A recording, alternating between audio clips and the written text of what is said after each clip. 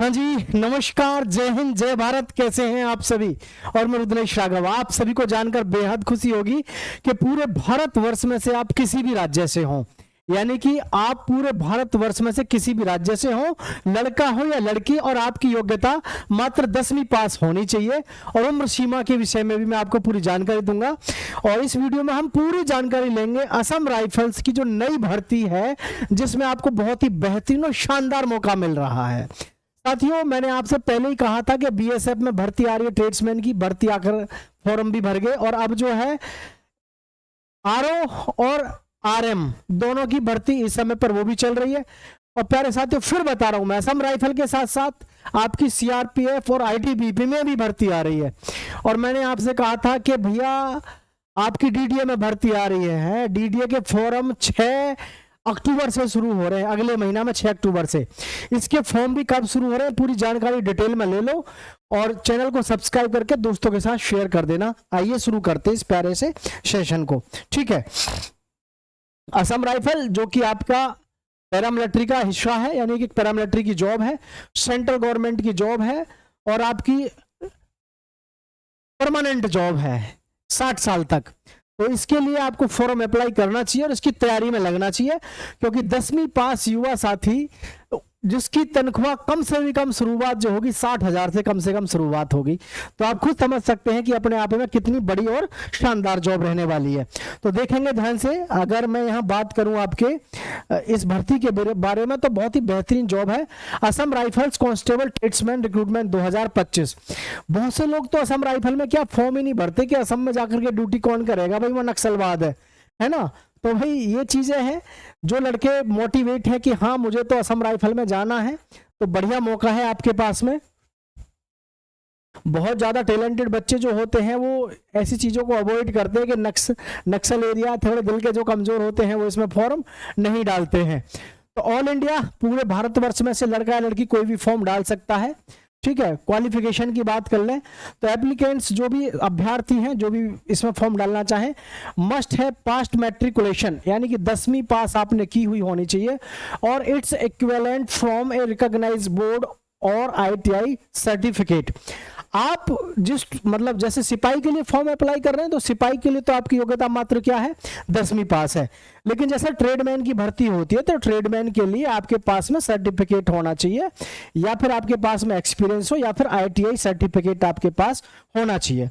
क्योंकि सरकार हर साल करोड़ों रुपए खर्च करती है आईटीआई सहकारी पे। ठीक है, आईटीआई सहकारी पे करोड़ों रुपए से खर्च करती है, फ्री ऑफ कॉस्ट युवाओं को यहाँ पर क्या आईटीआई के मतलब आईटीआई करवाती है सरकारी, है ना। तो उस चीज का ध्यान रखा जा रहा है कि भाई ज्यादा से ज्यादा युवा साथी जो आईटीआई से स्किल्ड हो चुके हैं, तो उनको भी इसमें फायदा मिलना चाहिए हर एक ट्रेडमैन की भर्ती में। ठीक है, तो भाई आईटीआई वाले बच्चों के लिए स्पेशल फायदा हर साल देखने को मिल रहा है। और यहाँ मैं बात करूं सैलरी की, तो सैलरी जो है साथियों आपकी 21,000 से स्टार्ट होकर के आपकी 61,000 है, मतलब बेसिक पे है 21,000। फिर उसके बाद में टीए डीए और ये सब अलाउंस वगैरह भत्ते वगैरह लग के सारा कुछ आपकी जो सैलरी बनती है लगभग वो 61,000 के आसपास बनती है। और वैसे भी असम राइफल है, तो नक्सलेंट एरिया जो होते हैं उनमें आपकी ड्यूटी रहती है, तो फिर वहाँ तो सैलरी वैसे भी और भी ज़्यादा अच्छी आती है। तो सैलरी की तो कोई दिक्कत नहीं है, 60-65,000 रुपये बहुत होते हैं 10वीं पास के लिए। और अभी तो 7वां वेतन चल रहा है, जहाँ 8वां वेतन लागू होगा। 8वां वेतन लागू होने का मतलब है यही वेतन कम से कम आपका 70 से 75,000 पहुंचेगा हर महीने। और भाई 70-75,000 रुपये हर महीने पहुंचने का मतलब है, आप समझ सको कि क्या स्थिति रहेगी, खाना पीना रहना सब कुछ आपको सरकार देती है। ठीक है, तो वैकेंसी डिटेल की बात करें तो कांस्टेबल के पद हैं और ट्रेड्समैन के पद हैं। तो एज लिमिट कांस्टेबल के लिए क्या रहती है, 18 से 23 वर्ष, और ट्रेड्समैन के लिए रहती है 18 से 27 वर्ष। कितनी, 18 से 27 वर्ष आपकी यहाँ पर कांस्टेबल के साथ साथ ट्रेड्समैन की रहती है। ठीक है, आइए फिजिकल स्टैंडर्ड टेस्ट की बात कर लेते हैं। देखो ये एज वगैरह की तो आपको सबको पता है, सिपाही के लिए 23 तक रहती है, और जी आपके जो अदर पोस्ट रहती है जैसे ट्रेड से संबंधित, उनके लिए एज बढ़ जाती है। ठीक है, उम्र के साथ साथ आप देख लो हाइट। तो general, SC, OBC, EWS male candidate के लिए हाइट कितनी है भाई, 170 सेंटीमीटर। और ध्यान रखना 170 सेंटीमीटर होनी ही चाहिए। 170 सेंटीमीटर में अगर आपकी जरा सी भी कम है ना, ठीक है, अगर आपकी जरा सी भी कम है तो फिर आप उम्मीद मत करना, क्योंकि पैरामिलिट्री में सबसे बड़ी खास बात है आपकी सीने की, और सीना और आपका साथ साथ लंबाई। सीना और लंबाई बहुत ही स्ट्रिक्ट वे में चेक किया जाता, नापा जाता है, एकदम एक्यूरेट चाहिए उन्हें, बिल्कुल खतरनाक लेवल का। ठीक है, और जो चेस्ट है भाई, सीना जो है आपका कितना चाहिए, 80 से 85 5 सेंटीमीटर का आपका फुलाव होना चाहिए। एसटी के जो मेल कैंडिडेट्स हैं उनकी हाइट कितनी होनी चाहिए भाई, उनकी हाइट होनी चाहिए 162.5, और चेस्ट में भी छूट मिल रही है भाई 75.76 से लेकर के 81 तक आपकी यहाँ पर सीना चाहिए। ठीक है, Gorkha and others height 165, Gorkha और अदर्स के लिए 165 है, और चेस्ट है इनकी 78 से 83। फीमेल कैंडिडेट्स के लिए बात करें तो फीमेल कैंडिडेट्स की जो हाइट है साथियों वो है 157 सेंटीमीटर। कितनी है, 157 सेंटीमीटर है भाई। और मैं जहां तक बात करूं लड़कियों की, तो लड़कियां आजकल सुपर नंबर पर चल रही हैं सरकारी नौकरी लेने में, हर विभाग में जहां भी फॉर्म डालती हैं दबा करके जो है वो अपना स्कोर इतना खड़ा करती हैं कि उनकी मेरिट बहुत जाती है, हर विभाग में देख लो आप। ठीक है, तो ये है आपके पास में सिस्टम। अब आगे मैं बात करता हूं उसका सिलेक्शन प्रोसेस। तो सिलेक्शन प्रोसेस में पहले क्या क्या होगा इस चीज को देख लेते हैं भाई। The recruitment selection process, physical efficiency test होगा आपका, फिजिकल स्टैंडर्ड टेस्ट होगा, रिटन एग्जामिनेशन होगा, कंप्यूटर बेस्ड होगा जो कि डॉक्यूमेंट एंड ट्रेड टेस्ट। देख लो भाई, ट्रेड टेस्ट पे तो खास करके जोर दिया जा रहा है। आजकल जितनी भी भर्ती हो रही है ना, पैरामिलिट्री में हो या किसी में भी हो, अगर आपकी ट्रेडमैन की भर्ती की जा रही है तो ट्रेडमैन का ट्रेड टेस्ट से गुजरना पड़ेगा। क्यों गुजरना पड़ेगा, क्योंकि सरकार को भी पता है कि इतनी बड़ी संख्या में आज की डेट में युवा साथी हैं जो वास्तव में अपने आप में ट्रेंड हैं, और ट्रेंड भी इस तरीके से है कि उनको अच्छी नॉलेज है अपने अपने फील्ड में, तो फिर क्यों ना उन्हीं को लिया जाए। और बात भी सही है, जो व्यक्ति कुशल है कुशल को लेना चाहिए।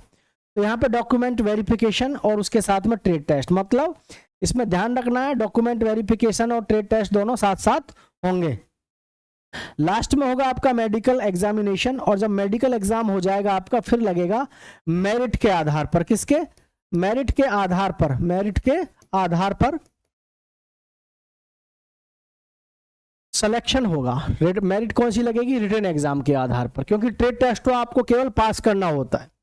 ट्रेड टेस्ट में ये नहीं है कि ट्रेड टेस्ट में आपको बहुत कुछ नहीं, ट्रेड टेस्ट में आपको बस केवल क्वालिफाई करना होता है, ये बात आपको ध्यान से समझ लेनी है। ठीक है, चलिए आगे मैं बात करूं फिजिकल एफिशिएंसी टेस्ट में क्या होता है।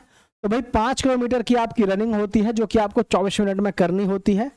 देखो असम राइफल हो या पैरामिलिट्री की जितनी भी जॉब है, आजकल ज़्यादातर सब में वैसे 1600 मीटर की रेस करवा रहे हैं, लेकिन हाँ अभी भी जो है जो नोटिफिकेशन वगैरह जैसे जारी कर रहे हैं ज़्यादातर अभी पुराने के आधार पे ही कर रहे हैं सभी, लेकिन वास्तविकता यह है कि ज़्यादातर रेसों को अब 1600 मीटर पे लाया जा रहा है।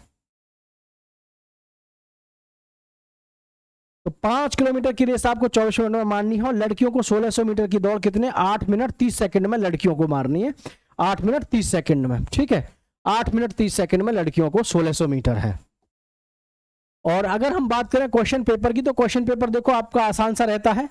जनरल अवेयरनेस के 25 क्वेश्चन होते हैं, जनरल नॉलेज के 25 क्वेश्चन, एलिमेंट्री मैथमेटिक्स के आपके 25 क्वेश्चन, और साथियों जनरल हिंदी और इंग्लिश के आपके 25 क्वेश्चन।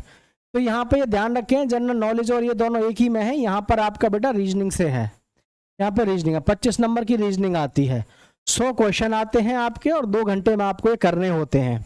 ठीक है, अब लगातार बच्चों का प्रश्न रहता है कि सर जैसे कि असम राइफल है इधर, तो ठीक है आसाम राइफल्स है, उधर सीआरपीएफ है और सीआईएसएफ है ना, इनमें बड़ी भर्ती की घोषणा चल रही है, और जैसे आपकी आईटीबीपी सभी में। तो इसके ऑनलाइन फॉर्म देखो, अभी इस समय पे आप देख रहे हैं बीएसएफ और सीआईएसएफ दबा के भर्ती निकाल रहे हैं, चाहे तो ट्रेड की बात करें, चाहे आपके ट्रेड्समैन की या सिपाही की, दबा के भर्ती चल रही है। अभी ये भर्ती जैसे इनकी खत्म हो रही है, तो आपकी ये जो भर्ती है ये समझ लेना आप ध्यान से मेरी बात को, अक्टूबर और नवंबर में भर्ती दबा करके आपकी इन्हीं पे चलेगी, सीआरपीएफ और आईटीबीपी पर, असम राइफल पे।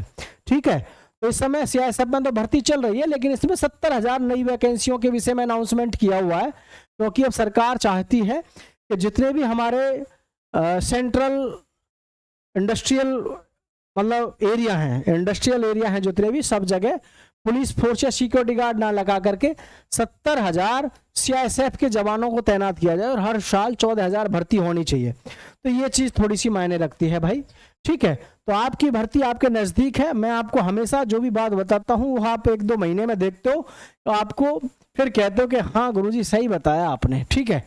तो सभी बच्चों से कहना चाहूंगा जो भी पहली बार हमारे चैनल पे आए हैं, चैनल को सब्सक्राइब कर लेना। आप फॉरम का इंतजार मत करो, फॉरम तो ये समझ लो आपके एक साथ आएंगे धड़ाधड़, जैसे इस समय सीआईएसएफ में और बीएसएफ में भर्ती चल रही है इसी तरीके से इसमें आएंगे।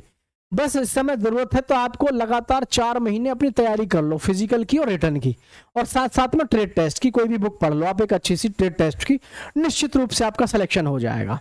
तो प्यारे साथियों, चैनल को सब्सक्राइब करना, दोस्तों के साथ शेयर करना। जय हिंद, जय भारत।